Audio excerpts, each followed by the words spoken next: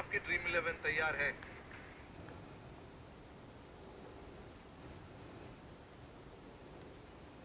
Okay, good evening.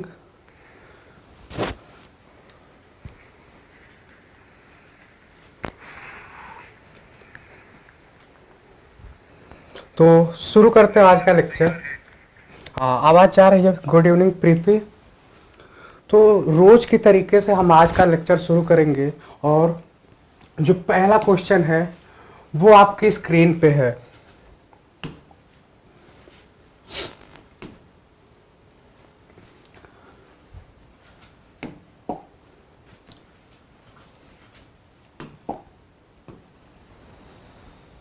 आ जाइए सभी लोग।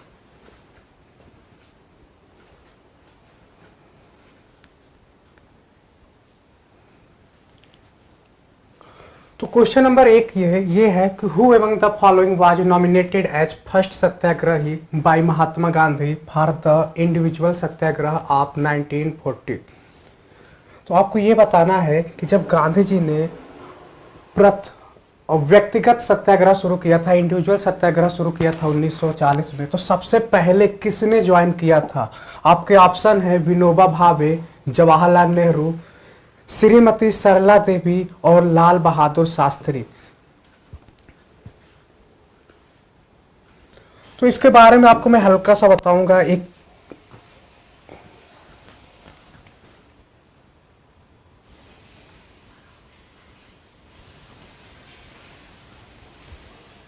Okay, good evening. तो हल्का सा स्टोरी के माध्यम से बताऊंगा मैं आपको। चंचल, गुड इवनिंग।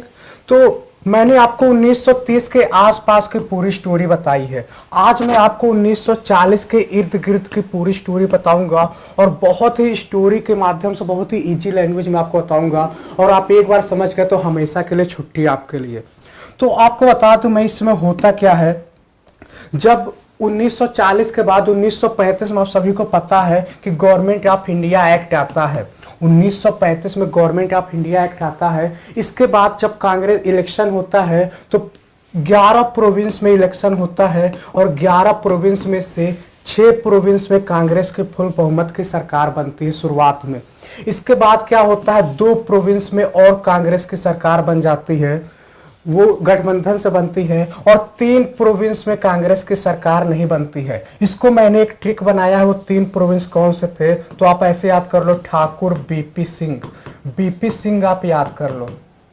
तो इस तरीके से अगर आप देखें तो बंगाल हो गया, पंजाब हो गया, सिंध हो गया। तो यहाँ 3 जगह, 11 में से 3 जगह कांग्रेस की सरकार नहीं बनती है और बाकी हर जगह कांग्रेस की सरकार बन जाती है। गुड इवनिंग खुशबू।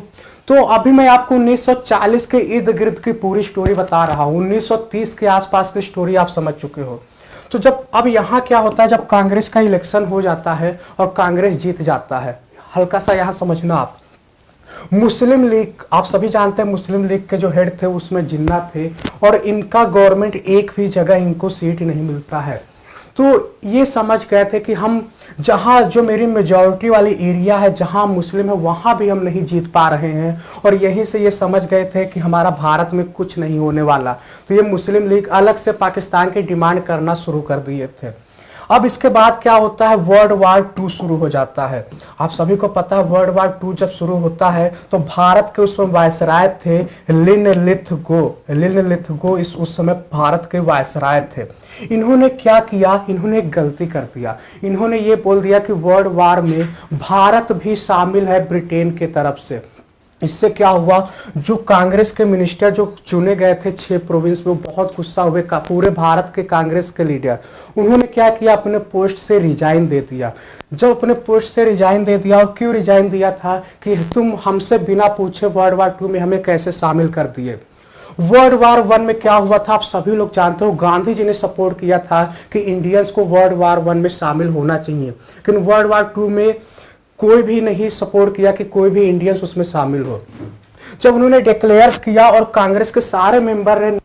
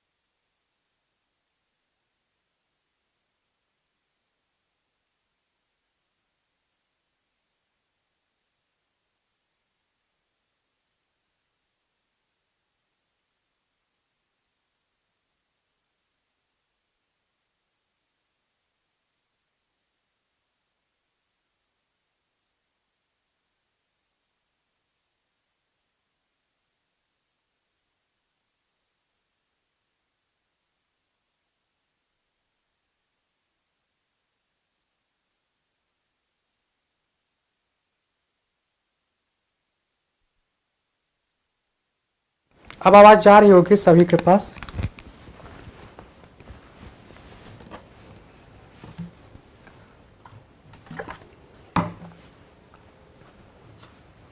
ओके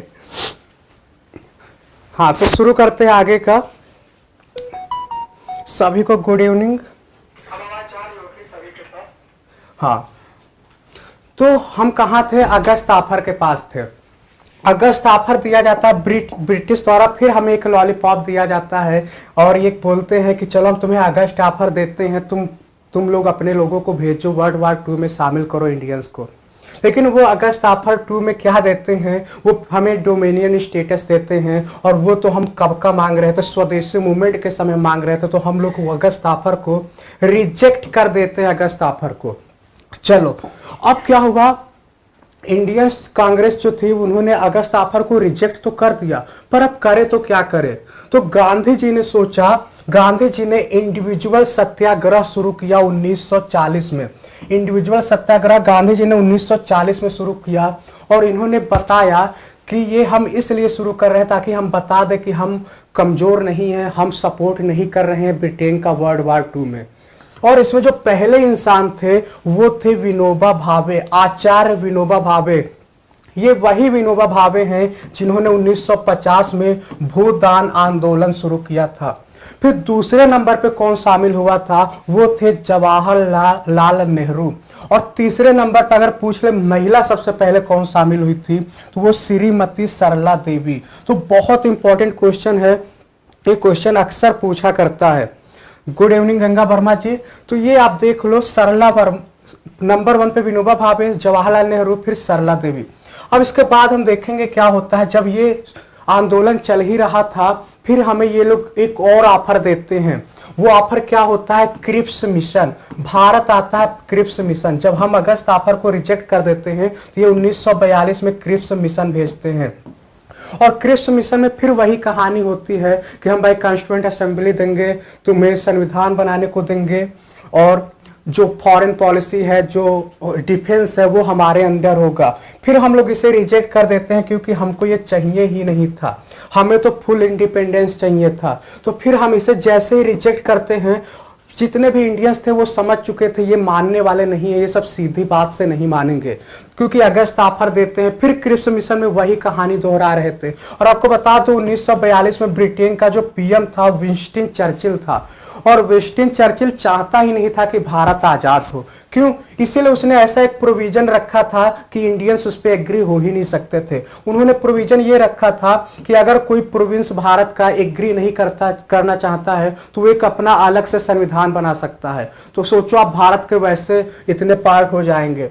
तो फिर हम लोग क्या करते हैं, इंडियंस जो थे वो क्विट इंडिया मूवमेंट शुरू कर देते हैं। क्विट इंडिया मूवमेंट के बारे में आप सभी जानते हो, 1942 में शुरू होता है। मैं इस तरीके से क्यों बता रहा हूं, क्योंकि सीक्वेंस बहुत पूछता है, क्रोनोलॉजी पूछ लेता है यहाँ पे। जब क्विट इंडिया मूवमेंट शुरू करते हैं तो ब्रिटिशर्स जो थे उन्होंने ऑपरेशन पोलो शुरू कर दिया, और जितने भी कांग्रेस के मुख्य लीडर्स थे सबको गिरफ्तार कर लिया जाता है। तो उसमें जो छोटे छोटे लीडर्स होते हैं उन्होंने बहुत अच्छा रोल प्ले किया। आपको बता दूं, क्विट इंडिया मूवमेंट एक ऐसा मूवमेंट है जो बिना लीडर का एकदम सक्सेसफुल रहा था। इसमें कोई मुख्य लीडर नहीं था, उसके बावजूद भी ये मूवमेंट एकदम सफल रहा।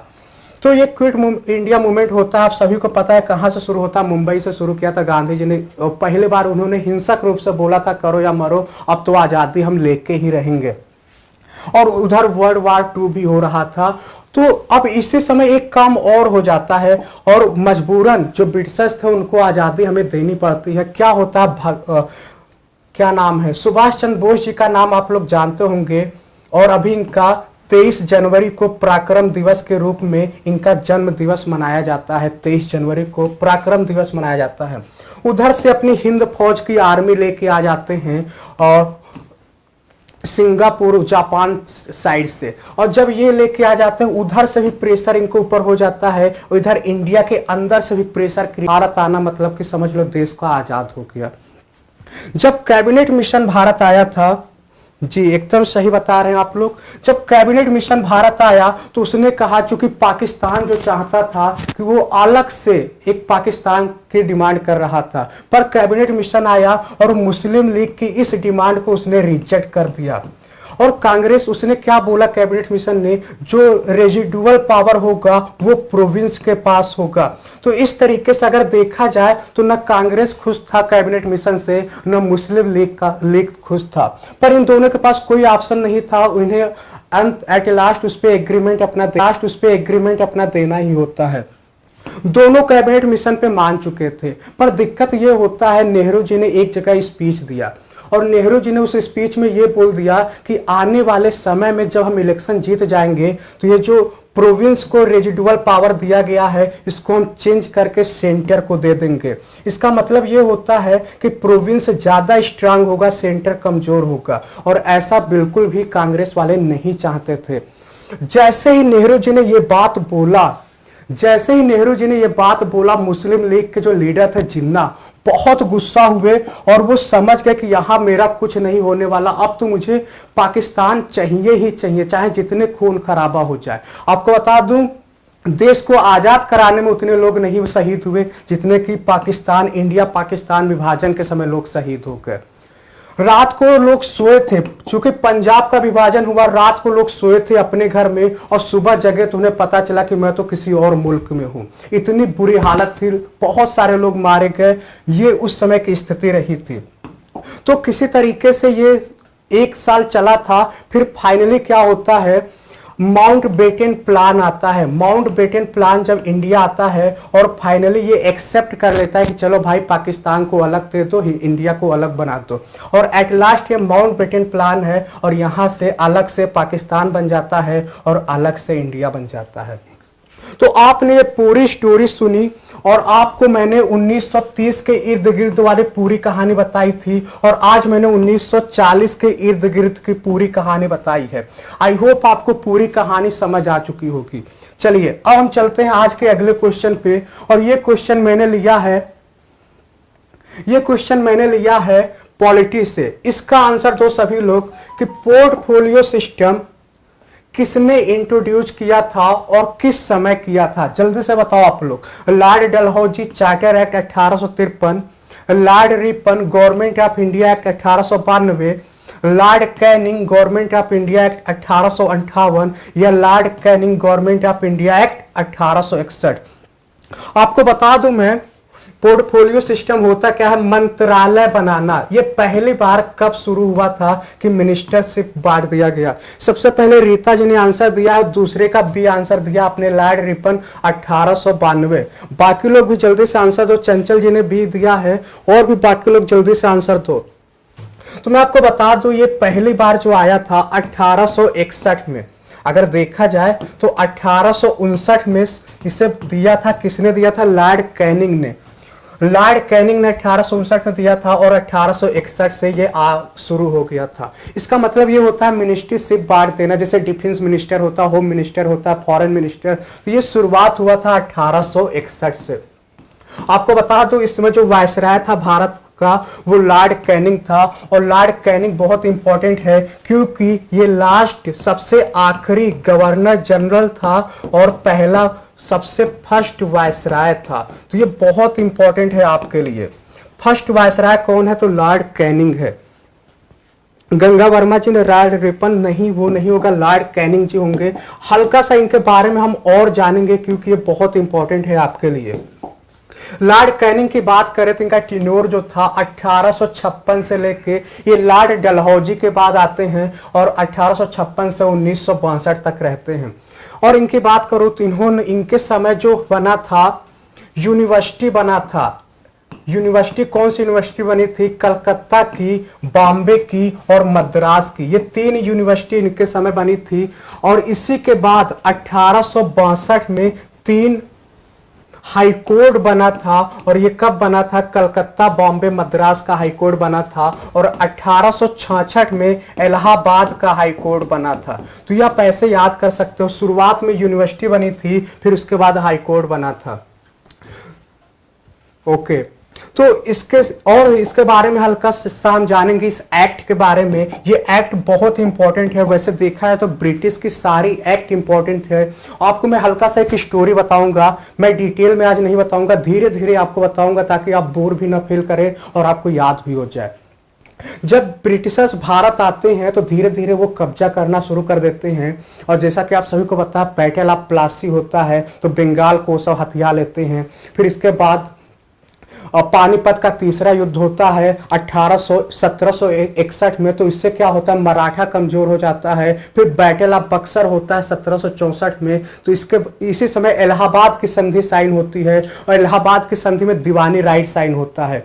दीवानी राइट के बाद बहुत ज़्यादा करप्शन होने लग रहा था, जो भी ब्रिटेन से जो भी ट्रेडर्स इंडिया आते थे फिर इंडिया से जाते थे तो बहुत अमीर होते जा रहे थे, बहुत ज़्यादा करप्शन हो रहा था और ब्रिटेन उसमें बैंकरप्ट हो चुका था। तो इन सबको पे शिकंजा कसने के लिए ब्रिटेन से रेगुलेटिंग एक्ट भेजा गया, और रेगुलेटिंग एक्ट आया 1773 में। इसके बाद पिट्स इंडिया एक्ट आया, पिट्स इंडिया एक्ट के बाद फिर एक एक्ट आता है, इसके बाद चार्टर एक्ट आना शुरू हो गया। चार्टर एक्ट का मतलब होता है हर 20 साल पे एक एक्ट आ रहा था। तो 1792 में एक्ट आया, फिर 1793 में एक्ट आया चार्टर एक्ट पहला, फिर इसके बाद 1813 में चार्टर एक्ट आया, फिर 1833 में चार्टर एक्ट आया, फिर 1853 में चार्टर एक्ट आया। फिर इसके बाद क्या होता है 1857 का रिवोल्ट होता है, आप सभी लोग जानते हैं, और यहीं से कंपनी रूल खत्म हो जाता है और यहाँ से गवर्नमेंट ऑफ इंडिया एक्ट यानी क्राउन का रूल, डायरेक्ट ब्रिटेन की जो रानी है उनका शासन भारत में शुरू हो जाता है। और जो पहला एक्ट है 1858 का एक्ट, फिर 1861 का एक्ट, फिर 1892 का एक्ट, फिर 1909 का एक्ट, फिर 1919 का एक्ट, फिर 1935 का एक्ट, और फाइनली सबसे लास्ट में माउंटबेटन प्लान आता है, भारत आजाद हो जाता है। तो इस तरीके से आप एक्ट का आउटलाइन देख सकते हो। 1861 का एक्ट मैं आपको बताऊंगा क्योंकि ये बहुत इंपॉर्टेंट है, क्योंकि इसमें पहली बार 3 इंडियंस को शामिल किया गया था, और वो 3 इंडियन कौन थे? महाराजा नरेंद्र सिंह पटियाला, राजा दिनकर देवनारायण और सर दिनकर राव जी। तो ये 3 बहुत इंपॉर्टेंट है, ये पूछ लेता है। चलिए अब हम चलते हैं आज के अगले क्वेश्चन पे, और ये क्वेश्चन मैंने लिया है ज्योग्राफी से। इसका आंसर तो सभी लोग कि इसका आंसर क्या होगा। सोनू सॉल गेमिंग हेलो, ऋतिका सही है, पिट्स इंडिया 1784। ओके, इसका आंसर दो सभी लोग। इसमें से कौन सा एक इनकरेक्ट है? Cotton, sugar cane, jute, wheat. जल्दी से आंसर दो सभी लोग।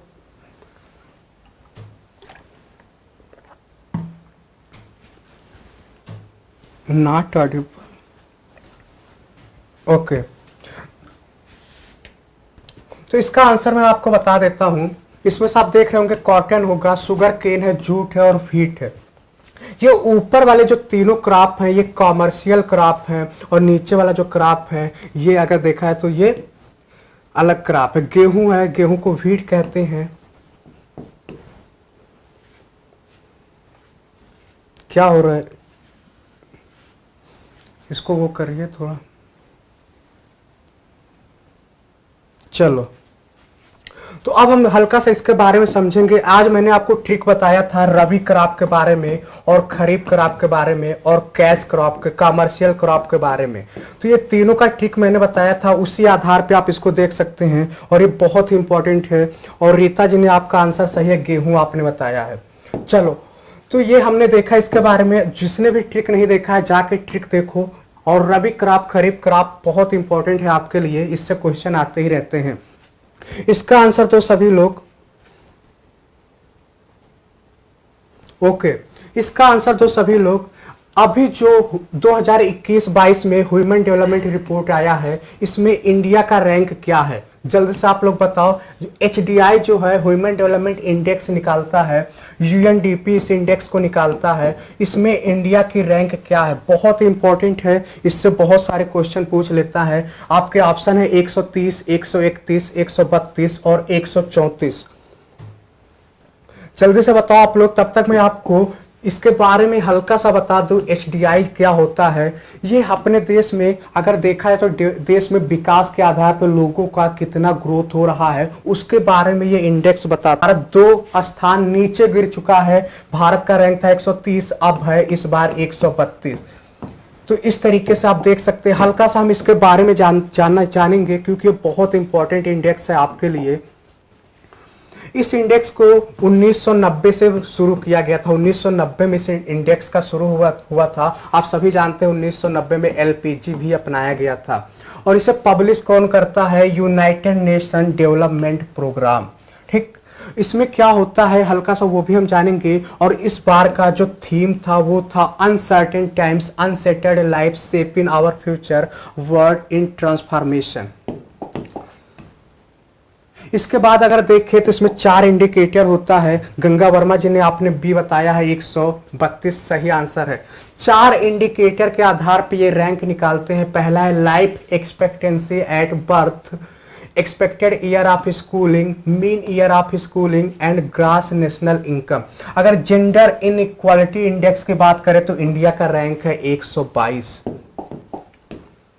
इसके साथ ही हल्का सा हम यूएनडीपी के बारे में जानेंगे। यूएनडीपी जो है 1965 में बना था और इसका जो हेडक्वार्टर है वो न्यूयॉर्क में है। और इसका हेडक्वार्टर न्यूयॉर्क में, बस आप इतना जानो 1965 में बना था, हेडक्वार्टर न्यूयॉर्क में है।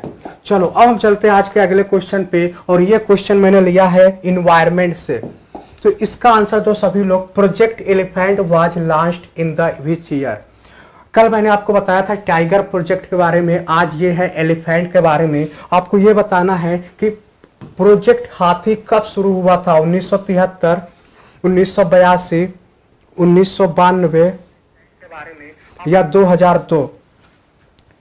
जल्दी से आंसर दो सभी लोग, तब तक मैं आपको हाथी के बारे में बता दूं। अगर हाथी की बात करें तो हाथी सबसे ज्यादा जो है कर्नाटक में पाया जाता है। सबसे ज्यादा कर्नाटक में पाया जाता है हाथी। और इनके लिए बहुत सारे गवर्नमेंट ने काम किए हैं इनको संरक्षण प्रोवाइड कराने के लिए। निशी ने ये बताया है, रीता जी ने 1973 बताया है, संजय वर्मा जी ने भी 1973 बताया है। आप सभी को बता दूं 1973 जो था वो टाइगर के लिए था और ये बात हाथी की हो रही है। तो हाथी का जो हो जाएगा 1992 हो जाएगा। 1992 में प्रोजेक्ट हाथी शुरू किया गया था। आपको बता दूं कि अभी ये जो है सेंट्रली स्पॉन्सर्ड स्कीम है। 3 तरीके की स्कीम होती है, एक सेंटर सेक्टर स्कीम होता है, सेंटर स्पॉन्सर्ड स्कीम होता है। ये 1912 में ये शुरू हुआ था। और अगर देखा जाए तो एशियन एलिफेंट, वैसे देखा है तो बहुत सारे स्पीसीज हैं, 7 स्पीसीज होता है, लेकिन एशियन जो एलिफेंट होता है सबसे ज़्यादा पॉपुलेशन इसी का है। और देखा जाए अगर 2017 के सेंसस के हिसाब से तो सबसे ज़्यादा जो है वो कर्नाटका में है, फिर आसाम में है और नंबर 3 पे केरल है। तो आपको बस इतना याद रखना, सबसे ज़्यादा कर्नाटक में पाया जाता है। और अगर हम प्रेगनेंसी की बात करें तो सबसे लॉन्गेस्ट पीरियड होता है, गैस्टेशन पीरियड होता है हाथी का, और ये 680 दिन यानी कि 22 महीने तक का प्रेगनेंसी होता है। ये मेमल्स की मैं बात कर रहा हूँ, मेमल्स में सबसे ज़्यादा गैस्टेशन पीरियड इन्हीं का होता है। हल्का सा और हम इनके बारे में जानेंगे क्योंकि ये एशियन एलिफेंट की IUCN लिस्ट में इनका पोजीशन इंडेंजर्ड है। वाइल्ड लाइफ प्रोटेक्शन एक्ट जो 1972 में आया था उसके शेड्यूल 1 में है और साइट्स के अपेंडिक्स 1 में है। आपको बता दूं एक और इनको बचाने के लिए प्रोग्राम शुरू हुआ था, उसे कहते हैं माइक प्रोग्राम। ये भी बहुत इंपॉर्टेंट है। इसका फुल फॉर्म है monitoring the illegal killing of elephant और ये 2003 में लॉन्च हुआ था। तो ये हमने देखा एक इसके बारे में, एलिफेंट के बारे में, कल हमने टाइगर के बारे में देखा था। इसका आंसर दो सभी लोग। अब यहाँ से हमारा करंट अफेयर शुरू होने जा रहा है। करंट अफेयर में बहुत ही अच्छे अच्छे क्वेश्चन है, तो जल्दी से आंसर दो सभी लोग। 1992 खुशबू, गंगा वर्मा जी सभी ने सही आंसर दिया। ऋत्विका तीसरे का डी। चलो इसका आंसर दो सभी लोग। अभी रिसेंट में क्या हुआ है, अंडर 20 वर्ल्ड रेसलिंग चैंपियनशिप 2022 ये सोफिया यानी कि बल्गारिया में हुआ है। आपको ये बताना है कि कितने मेडल जीता गया है इंडिया के द्वारा। जल्दी बताओ आप लोग, कितने मेडल इंडिया ने जीता है। तो आपको बता दूं ये बल्गारिया जो है ये यूरोप का एक देश है और वहां पर ये हुआ था। और भारत की तरफ से सिर्फ एक गोल्ड मेडल जीता गया है और वो बहुत इंपॉर्टेंट है, वो पूछ भी लेगा। तो इसका जो सही आंसर हो जाएगा, ओके, ऋतिका ने, संजय जी ने, सभी लोग डी बता रहे हैं यानी कि 16 बता रहे हैं। और इसका जो सही आंसर होगा 16 एकदम सही है। तालियां हो जाए आप दोनों के लिए। ऋतिका जी, संजय जी, आप दोनों का सही है। 1 गोल्ड जीता है, 4 सिल्वर जीता है और 11 ब्रोंज। और वो कौन है? वो अंतिम पंघल है। आप देख सकते हो इनको, इन्होंने क्या किया, इंडिया की फर्स्ट वीमन है जिन्होंने ये गोल्ड मेडल जीता है। तो बहुत इंपॉर्टेंट है आपके लिए, इनका नाम तो आप याद ही रखो, क्योंकि क्वेश्चन ऐसे भी पूछ सकता है कि फर्स्ट इंडियन वुमेन कौन है जिन्होंने अंडर 20 वर्ल्ड रेसलिंग चैंपियनशिप में गोल्ड मेडल जीता है, तो वो है अंतिम पंघल। चलो करंट अफेयर के अगले क्वेश्चन पे चलते हैं, और ये क्वेश्चन बहुत ही अच्छा है। कल परसों मैंने आपको सार्क से दिया था, कल मैंने आपको बिम्स्टेक से दिया था, और आज मैंने आपको आसियान से ये क्वेश्चन दिया है। ये तीनों एसोसिएशन बहुत इंपॉर्टेंट है आपके लिए। तो इसका आंसर दो सभी लोग, इसका आंसर दो। आपको ये बताना है कि जो आसियान है, association of south east Asian nation, इसका मेंबर इसमें से कौन नहीं है? इंडिया, थाईलैंड, लाओस या म्यांमार? जल्दी से आंसर दो सभी लोग, इसका आंसर क्या होगा? कल मैंने आपको बिम्स्टेक बताया था, सार्क भी बता दिया हूं। इसका आंसर दो सभी लोग, आसियान का कौन सा सही आंसर होगा? कितने को इसका मेंबर नहीं है? हल्का सा मैं आपको बता दूं इसके बारे में। आसियान को अगर आप देखें तो आप ये मैप देखो, इस मैप से आप समझ जाओ कि अगर ये पूरे वर्ल्ड की बात करें और एशिया की बात करें, तो एशिया के इधर जो होता है वेस्ट होता है, ये ईस्ट होता है, भारत साउथ एशिया में आता है। और भारत के इधर आप देख रहे हो ये साउथ ईस्ट है। तो ये आप पांचों देश ले लो, भारत के साउथ ईस्ट में 5 देश हैं, म्यांमार, लाओस, थाईलैंड, वियतनाम और कंबोडिया। इसके नीचे आप देखोगे तो ये मलेशिया है, और मलेशिया के नीचे आप देखोगे तो इंडोनेशिया है, और फिर यहाँ पे फिलीपींस है, और फिर सिंगापुर है और ब्रूनी है। तो इस तरीके से अगर हम देखें तो आसियान में टोटल 10 मेंबर हैं, और ये बहुत ही इंपॉर्टेंट है। सेविंग का सभी लोग सी आंसर दे रहे हैं। देखना यह कि क्या होता है। नहीं, लाओस नहीं होगा। इंडिया जो है इसका मेंबर नहीं है, आपको याद रखना है, क्योंकि इंडिया जो है वो साउथ एशिया में आता है, और ये बात कर रहा है साउथ ईस्ट एशियन नेशन की बात कर रहा है, तो इंडिया इसका मेंबर नहीं है। हल्का सा हम और जानेंगे इसके बारे में। आप ये पिक्चर देखो, और ये 1967 में बना था, 1967 में ये बना था, और बैंकॉक डिक्लेरेशन से, यानी कि बैंकॉक जो है वो थाईलैंड में है, वहां बना था ये। आप देख सकते हो ये भारत के जो नॉर्थ साउथ ईस्ट में है वो कंट्रीज है, और बाकी 10 कंट्रीज है टोटल, ठीक। और ये कब बना था? 1967 में। और इसकी हेडक्वार्टर की बात करें तो वो जकार्ता यानी कि इंडोनेशिया में है। चलो अब चलते हैं करंट अफेयर के अगले क्वेश्चन पे, और इसका आंसर दो सभी लोग, क्योंकि ये भी बहुत अच्छा क्वेश्चन है। कल मैंने बिम्स्टेक भी दिया था, तो मैंने यहाँ पे लगा दिया ताकि आपका रिवीजन हो सके। बिम्स्टेक का हेडक्वार्टर जो है वो ढाका में है, और ये 1997 में बना था। सार्क भी मैंने आपको दिया था, और सार्क वाले आप देख लो, सार्क 1985 में बना था बांग्लादेश में, और इसका जो हेडक्वार्टर है वो काठमांडू है, यानी कि नेपाल है। मैं इस पे भी आपको ट्रिक लाऊंगा कि आप इसके मेंबर कंट्रीज को कैसे याद कर ले। इसका आंसर तो सभी लोग, और ये भी करंट अफेयर से है। आपको ये बताना है कि जो डायमंड लीग फाइनल टाइटल हुआ है 2022 में, उसमें नीरज चोपड़ा जो फर्स्ट इंडियन बने हैं ये जीतने वाले। आपको ये बताना है कि ये किस कंट्री में हुआ था। आपके ऑप्शन है Switzerland, Norway, Hungary and Sweden.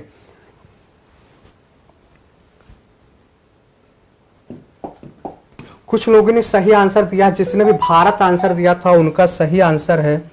इसका आंसर दो सभी लोग, इसका आंसर दो सभी लोग कि नीरज जो है वो अभी ये जो the diamond league final title हुआ है ये किस देश में हुआ है? स्विट्जरलैंड, नॉर्वे, हंगरी या स्वीडन? चलो मैं ही आपको इसका आंसर देता हूं। इसका जो सही आंसर होगा स्विट्जरलैंड होगा। स्विट्जरलैंड जो है ये भी एक यूरोप का देश है, और ये आप इटली देख रहे हो, इटली के ऊपर ही स्विट्जरलैंड है। मैं मैप आपको इसलिए दिखाता हूं कि आपको हमेशा के लिए ये चीजें याद रहे। तो यहाँ पर ये हुआ था, और यहाँ पे इन्होंने मेडल जीता है, और ये स्विट्जरलैंड में है। करंट अफेयर के अगले क्वेश्चन में चलते हैं, और ये बहुत ही अच्छा क्वेश्चन है। इसका आंसर दो सभी लोग, इसका आंसर दो सभी लोग। Recently the military camp at Kibuthu has been renamed. एक मिलिट्री कैंप था, इसका नाम चेंज होके हो गया general Bipin Rawat military garrison. ये आपको ये बताना है कि ये किस जगह पे है, किस स्टेट में है। सिक्किम, अरुणाचल प्रदेश, उत्तराखंड, हिमाचल प्रदेश। जल्दी से आंसर दो सभी लोग कि इसका क्या आंसर होगा, ये किस स्टेट में है। स्वीडन नहीं होगा गंगा वर्मा जी, स्विट्जर उसका जो हो जाएगा क्या था, इटली के ऊपर था, स्विट्जरलैंड। स्विट्जरलैंड जो होगा वो सही आंसर होगा। इसका आंसर दो सभी लोग।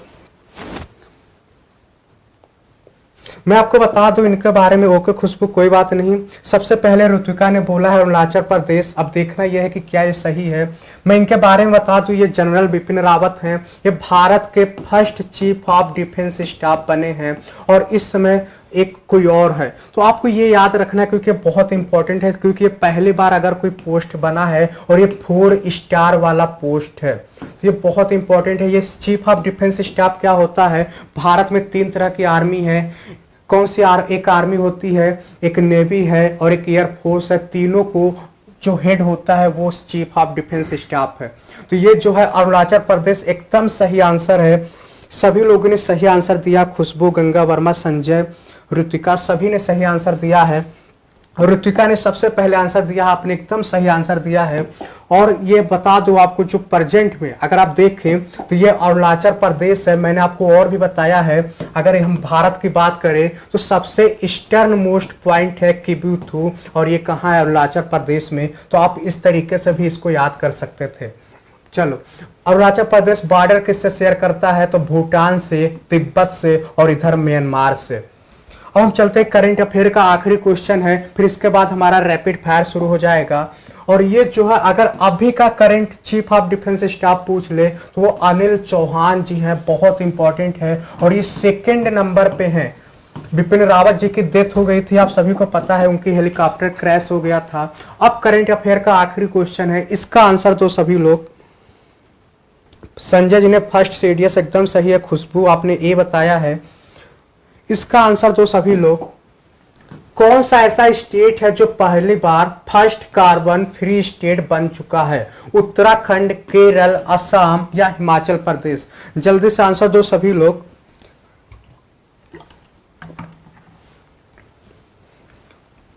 कार्बन का फार्मूला आप सभी लोग जानते हो, CO2 होता है। अगर CO2 इन्वायरमेंट में ना हो तो हमारे इन्वायरमेंट का जो टेम्परेचर है -18 डिग्री सेल्सियस हो जाएगा। इसलिए CO2 का नेचुरली होना बहुत ही जरूरी है। इसी से क्या होता है, ग्लोबल वार्मिंग क्रिएट होता है और ये जो है एक प्रकार का ग्रीन हाउस गैस है। तो ये इस तरीके से क्वेश्चन पूछ लेता है। चंचल ने सबसे पहले उत्तराखंड बताया है, देखना यह है कि सही हो पाता है कि नहीं। बाकी लोग भी आंसर दो। ऋतिका ने डी बताया है, हिमाचल प्रदेश। और एक बार तालियां हो जाए ऋतिका के लिए, क्योंकि एकदम सही आंसर आपने दिया है, बहुत ही अच्छा आंसर है। हिमाचल प्रदेश जो है वो कार्बन फ्री हो चुका है। तो आप देख सकते हैं ये एक हिमाचल प्रदेश है। कल मैंने आपको ट्रिक बताया था, अगर हिमाचल प्रदेश का पास याद करना हो तो उसका ट्रिक क्या था, शराब था। तो शराब से आप हिमाचल प्रदेश का दर्रा याद कर सकते हो, सिपकिला, रोहतांग। तो इस तरीके से ये ट्रिक था। और मैंने उत्तराखंड का बताया था थालीमानी, और मैंने सिक्किम का बताया था नाथुला जलेपला। चलो अब हम चलते हैं रैपिड फायर के लिए। और रैपिड फायर का पहला क्वेश्चन आपके स्क्रीन पे है, इसका आंसर दो सभी लोग। हिमाचल प्रदेश, गंगा वर्मा जी ने। चंचल जी कोई बात नहीं। रीता जी आपने भी सही आंसर दिया है। संजय विश्वकर्मा जी आपने भी सही आंसर दिया है। रैपिड फायर का मेरा उद्देश्य रहता है आपका क्विक रिवीजन होता चले, क्योंकि मैं आपको पढ़ाता भी जा रहा हूं आगे से और पीछे से रिवाइज भी कराता जा रहा हूं। जैसा कि आप सभी जानते हैं, revision is the key to success. बिना रिवीजन का कुछ नहीं हो पाता है, तो इसलिए रिवीजन बहुत जरूरी है। खुशबू ने सबसे पहले आंसर दिया है बी, नैनार। बाकी लोग भी आंसर दो। चंचल जी जोजिला पास। हाँ, इसका आंसर दो सभी लोग कि जो भक्ति मूवमेंट है, भक्ति संत वैष्णव राइट, वो साउथ इंडिया में क्या उन्हें कहते हैं। तो मैंने इसका ट्रिक आपको बताया था, अविनाश। तो अविनाश में क्या है, जो अलवार होते हैं वो विष्णु को मानते हैं, जो नैनार होते हैं वो शिव को मानते हैं। और विष्णु की बात हो रही है तो विष्णु का हो जाएगा अलवार। तो ये आपका ट्रिक हो जाएगा, अलवार इसके सही आंसर होंगे। चलो रैपिड फायर के दूसरे क्वेश्चन पे चलते हैं। इसका आंसर दो सभी लोग, जल्दी से आंसर दो। ऋतिका ने अलवार दिया है। नितेश गुड इवनिंग, क्या बात है आप लेट हो गए। इसका आंसर दो सभी लोग। कि ईस्ट इंडिया कंपनी जो है ये कब, the rule of East India Company in India came to be end. आपको यह बताना है कि ईस्ट इंडिया कंपनी का रूल कब खत्म हुआ, 1858, 1859, 1861 या 1860।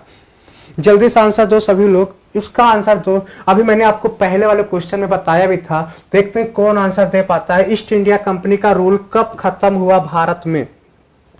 सबसे पहले आंसर दिया गंगा वर्मा जी, आपने एकदम सही आंसर दिया। सभी लोग तालियां बजा दो गंगा वर्मा जी के लिए, एकदम सही आंसर है। इसका आंसर दो सभी लोग, national tiger conservation authority.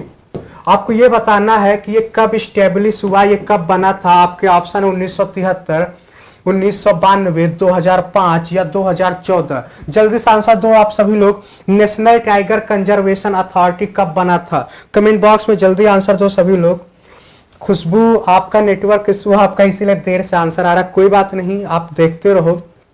1861 Ganga Verma जी, और भी बाकी लोग आंसर दो जल्दी से, नेशनल टाइगर कंजर्वेशन अथॉरिटी। इसका सही आंसर क्या होगा? कल मैंने आपको बताया था, जल्दी से चंचल वर्मा ने बताया 1973, चंचल शर्मा सॉरी चंचल जी आपने बताया 1973, ऋतिका ने बताया 3 का ए। बाकी लोग भी जल्दी से आंसर दो। मैं आपको बता दूं 1973 में तो टाइगर प्रोजेक्ट लॉन्च हुआ था, लेकिन इसको स्टैच्यूटरी स्टेटस यानी कि एक्ट कब बना था? 2005 में। तो ये आप रट लो, याद कर लो, एक्ट बना था 2005 में। चलो, बहुत ही अच्छा क्वेश्चन है, कल मैंने टेलीग्राम ग्रुप में इसे शेयर भी किया था। आपको यह बताना है कि 1936 में हाईलैंड नेशनल पार्क बना था। इसका नाम जिम कॉर्बेट नेशनल पार्क कब हुआ था? जल्दी से आंसर दो, 1936, 1949, 1956 या 1973। गंगा वर्मा जी 1992, संजय वर्मा जी कोई बात नहीं 2005, रीता जी आपने भी सही आंसर दिया है। गंगा वर्मा जी 1972 में तो एलिफेंट प्रोजेक्ट शुरू हुआ था, कोई बात नहीं, इसका आंसर दो सभी लोग। Jim Corbett national park name change होकर किस ईयर में इसका नाम हेलन नेशनल पार्क का जिम कॉर्बेट नेशनल पार्क हो गया? जल्दी से आंसर दो सभी लोग। कल मैंने बताया था टेलीग्राम, खुशबू ने सबसे पहले आंसर दिया है 1936। 1936 में तो ये बना था, लेकिन इसका नाम चेंज हुआ था 1956 में। 1956 में, और ये ऐसा नेशनल पार्क है जो 1973 में टाइगर प्रोजेक्ट आया था, तो सबसे पहला जो नेशनल पार्क इसमें शामिल हुआ था वो यही नेशनल पार्क था, इसलिए बहुत इंपॉर्टेंट हो जाता है आपके लिए। चलो, 1956 रीता जी आपने एकदम सही आंसर दिया। गंगा वर्मा जी 1973 में तो टाइगर प्रोजेक्ट लॉन्च हुआ था। इसका आंसर दो सभी लोग, एसबीआई का नेशनलाइजेशन यानी कि राष्ट्रीयकरण कब हुआ था? 1921, 1935, 1955, 1956। जल्दी आंसर दो सभी लोग, देखता हूं इसका आंसर कौन देता है। ये हल्का सा कंफ्यूज करने वाला क्वेश्चन है, बस देखना यह है कि कौन इसका सही आंसर दे पाता है। संजय वर्मा जी 1936 नहीं होगा, 1956 हो जाएगा उसका सही आंसर।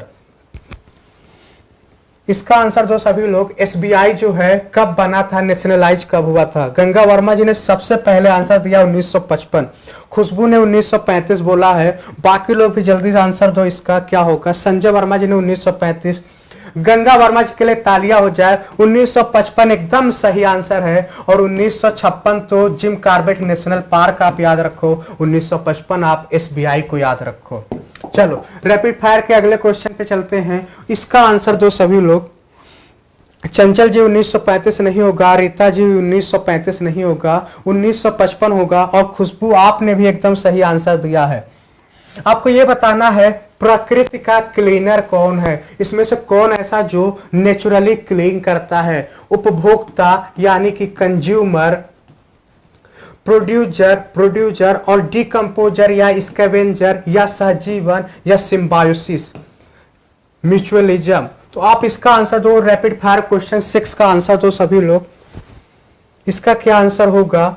कल मैंने टेलीग्राम ग्रुप में शेयर किया था, आप लोग टेलीग्राम ग्रुप को भी विजिट करते रहो। मैं अब डेली वहां पे कुछ ऐसी चीजें भेजता रहूंगा जिससे आपका रिवीजन भी होता रहेगा। तो इसका आंसर दो आप लोग, इसमें से कौन एक क्लीनर है? पीबीआई 1935।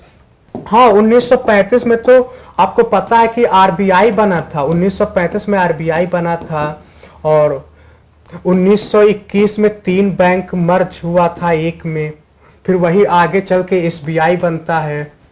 और ये आरपीआई जो बना था, हिल्टन यंग कमीशन बना था, उसने रिकमेंड किया था। 1935 में ऑल इंडिया रेडियो शुरू हुआ था, ऑल इंडिया रेडियो। तो ये 1935 में बहुत सारा काम हुआ था। 1935 में जो म्यांमार आप देख रहे हो वो भारत से अलग हुआ था। तो इसका जो सही आंसर होगा, चंचल ने सी बताया है, एकदम सही आंसर है, सभी का सही आंसर। गंगा वर्मा जी, रीता जी, खुशबू, आप सभी का सही आंसर है। डिकम्पोजर इसका सही आंसर हो जाएगा। चलो रैपिड फायर के अगले क्वेश्चन पे चलते हैं। अब देखना यह है कि इसका आंसर कौन दे पाता है। सीपीसीबी, सीपीसीबी का फुल फॉर्म जल्दी से बताओ आप लोग। ये इन्वायरमेंट का क्वेश्चन है, बहुत ही अच्छा क्वेश्चन है। इसका आंसर क्या होगा? Chief pollution control bureau, central pollution control board, chief protection criminal bureau या सेंट्रल प्रोसेसिंग कंप्यूटर बोर्ड। मैंने आपको हल्का सा हिंट भी दे दिया, आप देखना यह कि कौन बता पाता है। ये इन्वायरमेंट का क्वेश्चन है तो हल्का सा आप गेस कर सकते हो। 1919 यूनियन, ओके। इसका आंसर दो सभी लोग। क्वेश्चन नंबर 7 का आंसर दो। इसका फुल फॉर्म क्या है, मैंने आपको हिंट भी दे दिया है। तो इसका सही आंसर जो हो जाएगा, चंचल ने सबसे पहले दिया, सेंट्रल पॉल्यूशन कंट्रोल बोर्ड। चंचल जी के लिए सभी लोग तालियां बजा दो, एकदम सही आंसर है। रीता जी आपने गलत बताया है। गंगा वर्मा जी आपका भी गलत आंसर है। ओके, तो अब हम चलते हैं आज के अगले क्वेश्चन पे और यहीं पे हमारा क्लास ओवर हो जाता है।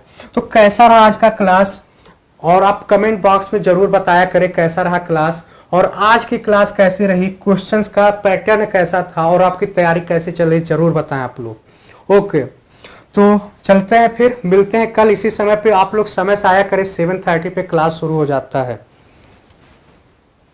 ओके ओके, गुड नाइट फिर, thank you.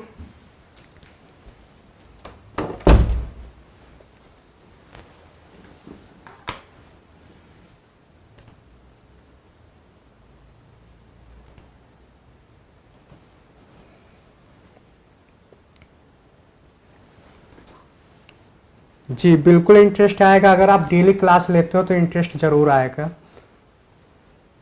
Ji Chanchal ji, okay फिर।